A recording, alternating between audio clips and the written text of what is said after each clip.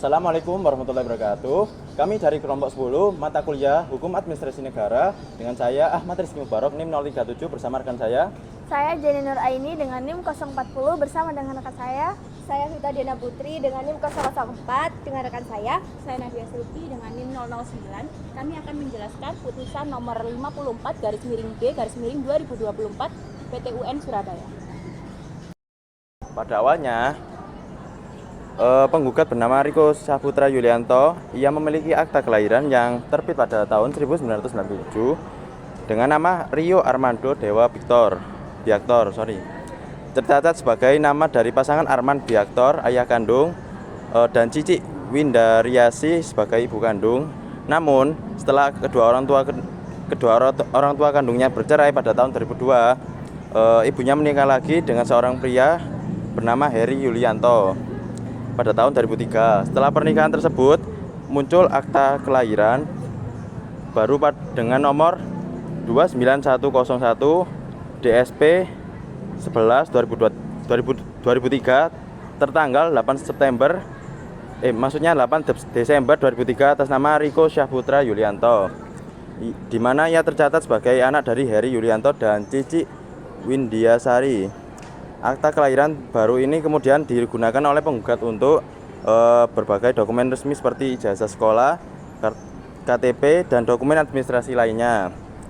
Namun dalam perjalanan waktu, penggugat merasa bahwa pencatatan dalam akta tahun 2003 tersebut tidak sesuai dengan fakta yang sebenarnya, terutama karena mencantumkan nama ayah sambungnya dan mengabaikan status ayah kandungnya.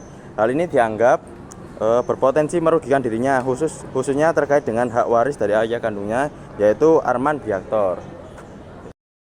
Cik sengketa dalam perkara ini adalah kutipan akta kelahiran nomor 291/DSP/12/2003 atas nama Riko Saputra Yulianto. Penggugat berpendapat bahwa akta tersebut keliru dan tidak sah karena mencantumkan nama ayah yang bukan ayah kandungnya. Menurut penggugat, akta ini dapat merugikan dirinya dalam hal status hukum dan hak waris, sehingga meminta agar akta tersebut dinyatakan batal atau tidak sah. Di sisi lain, pihak tergugat yaitu Kepala Dinas Kependudukan dan Pencatatan Sipil Kabupaten Blitar menyatakan bahwa penerbitan akta kelahiran tersebut telah dilakukan sesuai dengan prosedur pada dokumen resmi yang diajukan, yaitu akta nikah antara ibunya dengan Heri Yulianto serta KTP yang sah. Oleh karena itu, tergugat menolak dalil penggugat dan menegaskan bahwa akta kelahiran tersebut tidak dapat semerta-merta dibatalkan. Pada tahun 2004, penggugat mulai masuk sekolah dasar dan belum mengetahui perbedaan dalam akta kelahiran. Lalu pada tahun 2010, nenek penggugat memberitahu bahwa ayah kandungnya adalah Arman Biaktor, namun belum ada tindakan hukum lebih lanjut. Lalu pada tanggal 20 Januari tahun 2024, ibu kandung menunjukkan dokumen hak waris Arman Biaktor, sehingga penggugat yakin akta kelahiran tahun 2003 tidak sesuai dengan fakta.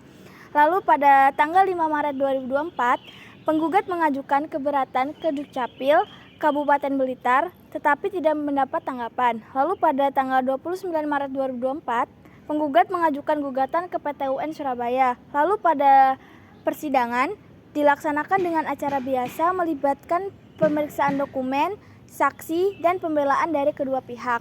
Dalam persidangan, penggugat mengajukan beberapa bukti diantaranya, yaitu akta kelahiran tahun 1997 atas nama Rio Armando Dewa Biaktor, sertifikat hak milik atas nama ayah kandung Arman Biaktor, serta surat keberatan yang pernah diajukan ke Dukcapil Blitar. Selain itu, keterangan dari keluarga seperti ibu kandung dan neneknya juga menjadi bagian dari alat bukti yang diajukan. Lalu sementara itu, pihak tergugat mengajukan bukti berupa dokumen resmi yang menjadi dasar penerbitan akte 2003, yaitu akte nikah antara Cici Windiarasi dengan Heri Yulianto serta KTP kedua orang tua tersebut. Pejabat Dukcapil yang terlibat dalam penerbitan dokumen juga memberikan keterangan sebagai saksi untuk memperkuat bahwa proses penerbitan akte dilakukan sesuai aturan yang berlaku. Pertimbangan Hakim Majelis Hukum dalam perkara ini mempertimbangkan beberapa aspek penting. Yang pertama mengenai tenggang waktu. Penggugat sebenarnya sudah mengetahui sejak tahun 2010 bahwa ayah kandungnya bernama Arman Biyaktor, tetapi penggugat baru mengajukan gugatannya pada tahun 2024. Hal ini dianggap melewati tenggang waktu yang sewajarnya untuk mengajukan gugatan. Yang kedua mengenai keabsahan objek sengketa. Akta kelahiran yang diterbitkan pada tahun 2003 telah sesuai dengan prosedur administrasi kependudukan dan didasarkan pada dokumen yang sah. Tidak ada bukti yang menunjukkan adanya manipulasi data ataupun kesalahan pada prosedur yang dilakukan oleh pejabat Dukcapil. Lalu yang ketiga terdapat asas kepastian hukum. Akta kelahiran adalah dokumen yang otentik yang memiliki kekuatan hukum tinggi. Jika dokumen ini dapat dibatalkan dengan mudah, maka akan menimbulkan ketidakpastian hukum dalam administrasi kependudukan. Berdasarkan pertimbangan tersebut, Majelis Hakim PT UN Surabaya menjatuhkan putusan. Yang pertama, menolak gugatan penggugat untuk seluruhnya. Yang kedua, menyatakan bahwa kutipan Akta Kelahiran nomor 29101-DSP-12-2003 atas nama Riko Syahputra Yulianto tetap sah dan juga berlaku. Lalu yang ketiga, menghukum penggugat untuk membayar biaya perkara sebesar Rp446.000. Putusan ini memiliki beberapa makna penting. Yang pertama bagi penggugat. Penggugat gagal membatalkan karena akta kelahiran 2003 sehingga status hukumnya tetap merujuk pada akta tersebut. Hal ini juga berdampak pada kesulitannya untuk membuktikan hak waris dari ayah kandungnya melalui jalur administrasi kependudukan. Yang kedua bagi tergugat yaitu Dukcapil. Putusan ini memperkuat bahwa tindakan administrasi yang dilakukan penjabat Dukcapil sudah sesuai prosedur dan sah secara hukum, sehingga tidak dapat diganggu gugat tanpa alasan yang kuat.